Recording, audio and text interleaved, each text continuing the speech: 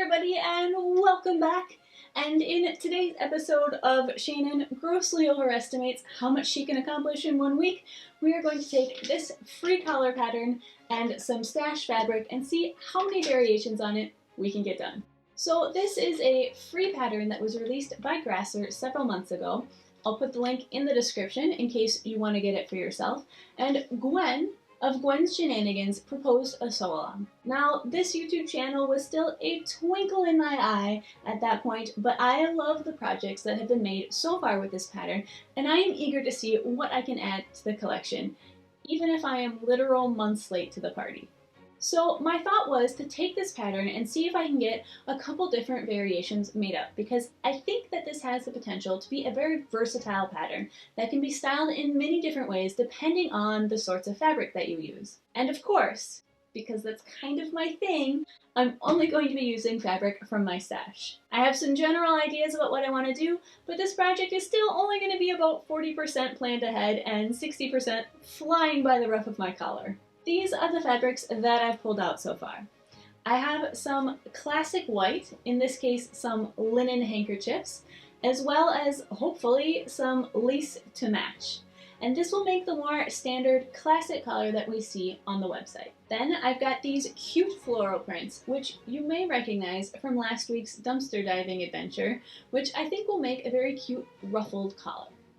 Then I have these towels, also picked up from the side of the road, which I grabbed because I adored the colors and the textures, but I'm not sure how I'm going to use them because I don't have any lace or trimmings to match. And lastly, I just discovered this fun lace at the bottom of my stash, and I would love to try and use it somehow as well. I have absolutely no idea at this point how many of these I'm going to be able to get through, but hopefully at least 2. Let's get started. So I have the clearest idea in my head about what I want to do with this fabric. So I'm going to start with that one, and I've already printed out the pattern based on my neck size and cut it out of the fabric. So now I'm just going to cut a sample ruffle to see how much gathering I want to do along the neckline here. So this is my sample ruffle, and I just eyeballed the height based off of what I thought would look proportionate with the rest of the collar, and then I folded it in half so that there's no raw edge sticking out here, ironed it down, and then I did 2 super quick lines of gathering threads here so that I can gather this down to what I think looks good, and then measure it to see what the total length of raw ruffles I'm going to need to go around this collar. So if I measure this gathered ruffle, it comes out to roughly 7 centimeters. So now what I'm going to do is ungather this. And so if I hold the ruler up to the ungathered piece, it actually comes out to be almost exactly 14 centimeters, which is actually a great coincidence because it means that I need twice as much length ungathered to get the look that I want once it's gathered. So what I'm going to do is I'm just going to measure around the edges of the collar that I want to have ruffles on it. Once I have that total length, I'm going to then double it, and that is how much ruffle I need to cut out.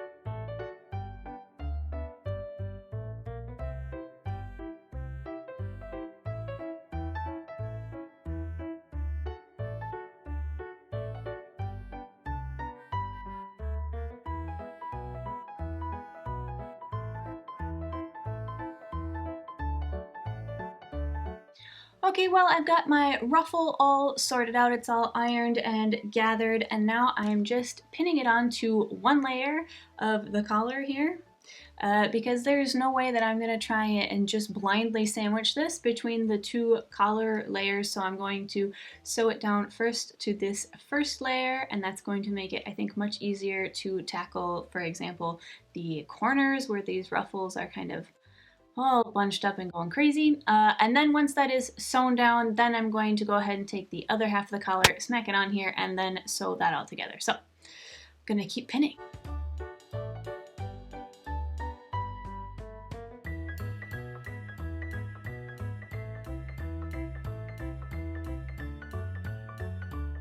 So now that that is all pressed, we're going to turn these back on the inside and take our other piece here and just make a sandwich and sew everything down.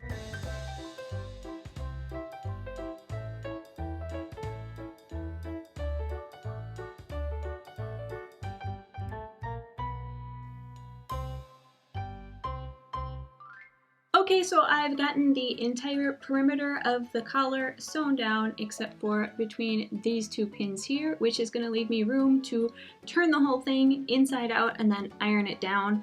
But two things I did want to mention. One is that for this one, I've decided that I'm not going to add the little neck band that goes around it, so that is why we have not attached it so far here.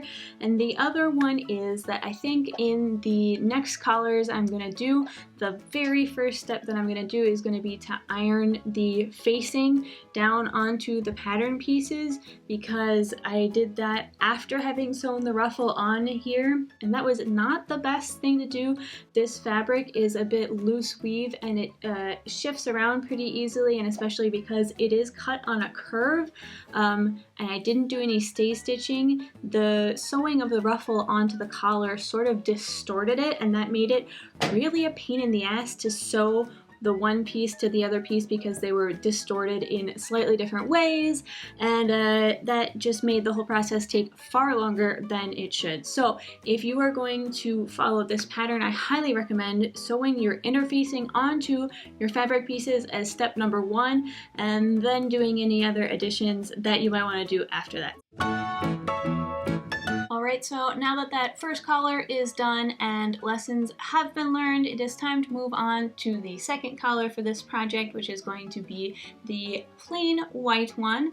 And now I have all of my pieces cut out and interfaced, and I have dug through my lace basket here to try and find some lace that matched this fabric. And so the only one that I found that was the right color and had enough quantity was this one. It's kind of a stretch lace with a floral pattern in it, and I actually really dislike that floral pattern, so I'm going to do the same thing that I did on my Edwardian blouse video, which is that I'm going to simply cut off a strip here. I have taken off the scalloped edge on the bottom, and I'm going just to use that little edge sticking out in the same way that I put the ruffles on the first collar. So I'm going to go ahead and pin this down around the perimeter and then sew it on.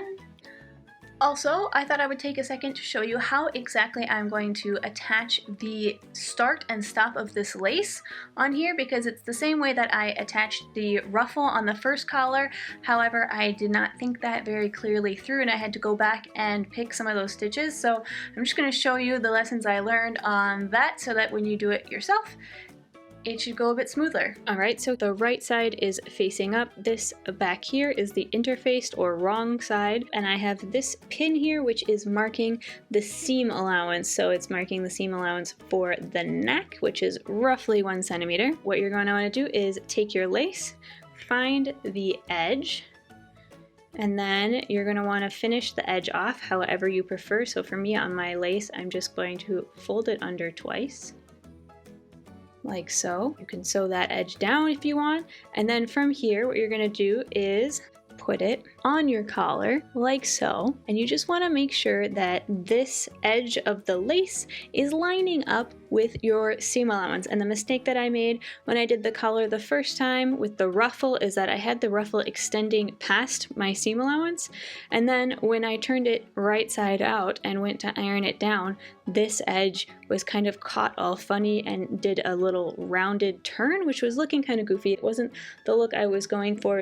And then you can go ahead and pin it all down along the rest of the edge, and then when you get back over here to this edge, you do the same thing. You mark the seam allowance for the neck, and then you make sure that your lace doesn't bypass that here.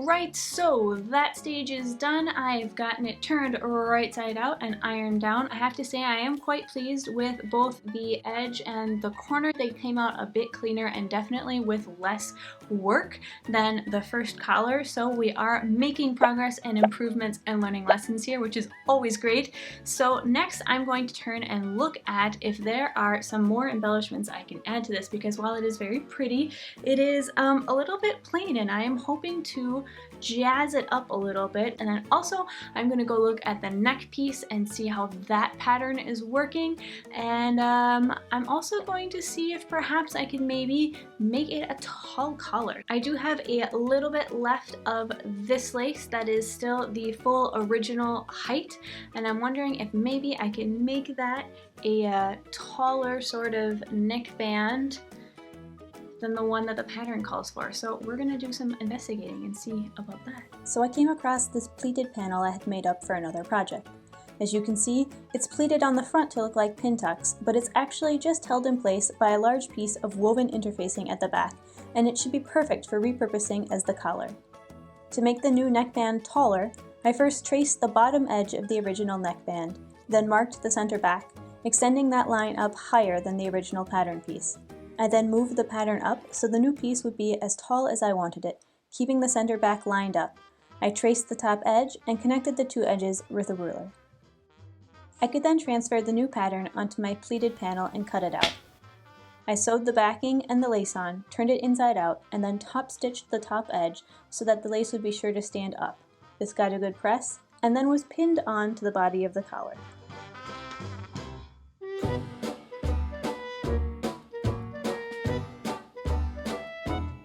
Good morning everyone, and welcome back. So we are clearly the next day, and I did some work last night on the collar because, shocker, things happen off screen sometimes.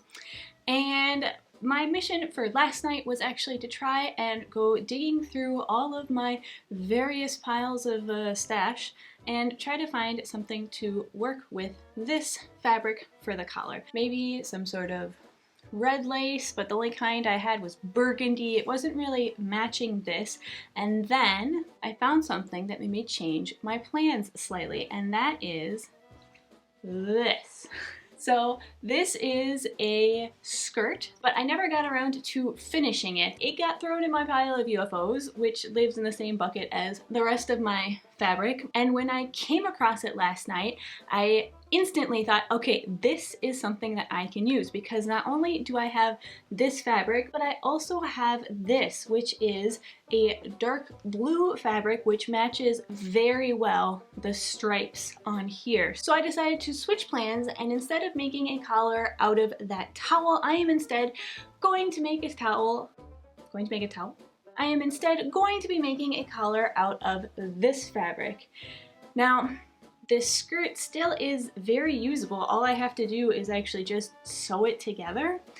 So I was a little bit less than thrilled to just take a big chunk out in order to make a collar, and that's when I realized that I actually have these, and these are the pocket pieces that are meant to go into this skirt. And I thought, you know what, I wonder if I can fit my collar pieces onto these pocket pieces.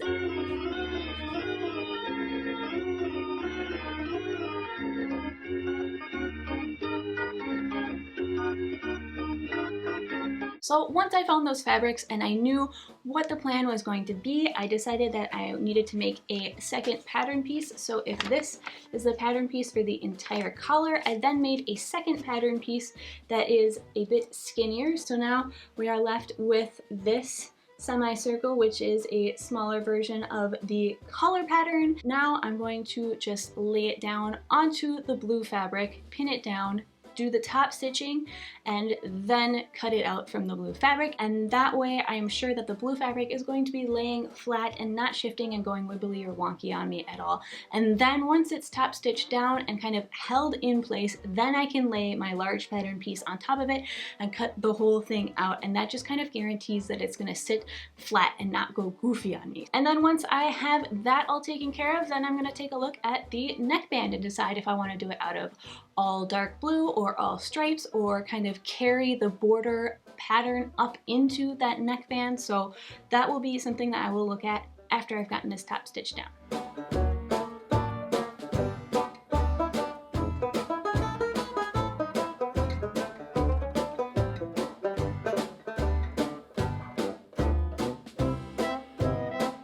In the end, I did decide to carry the blue border up into the neckband, so I did some careful measuring and stitching and added a solid blue piece on the inside. This was carefully pinned to the body of the collar, making sure to line up the center seam as well as the two pattern changes.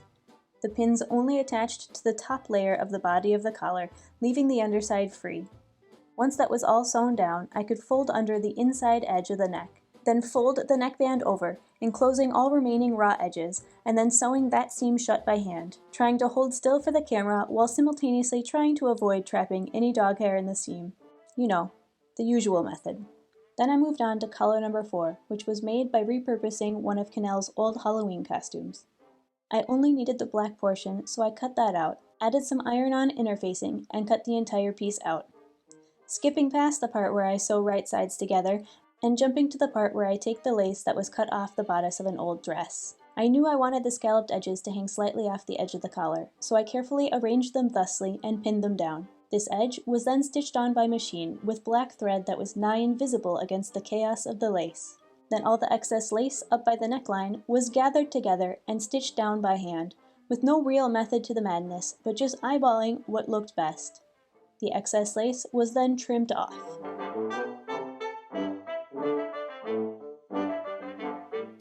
Alright, and welcome back to the last day of this project, and in very typical me fashion, I have 4 collars almost done, except for the closures.